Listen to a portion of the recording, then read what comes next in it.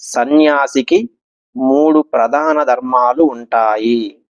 మొదటిది, సన్యాసి తన కోసం స్వంతంగా ఏమీ దాచుకోకూడదు, ఆస్తులు, డబ్బులు మొదలైనవి.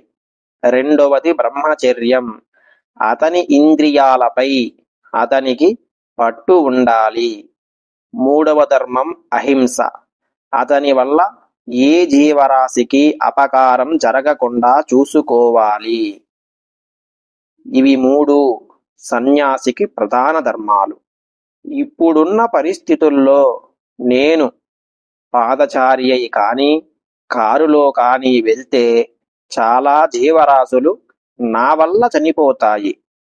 కాబట్టి ఇప్పటికి దేవాలయానికి వెళ్ళే ప్రసక్తి లేదు, మళ్ళా వెళ్దాము అని అన్నారు మహాస్వామివారు.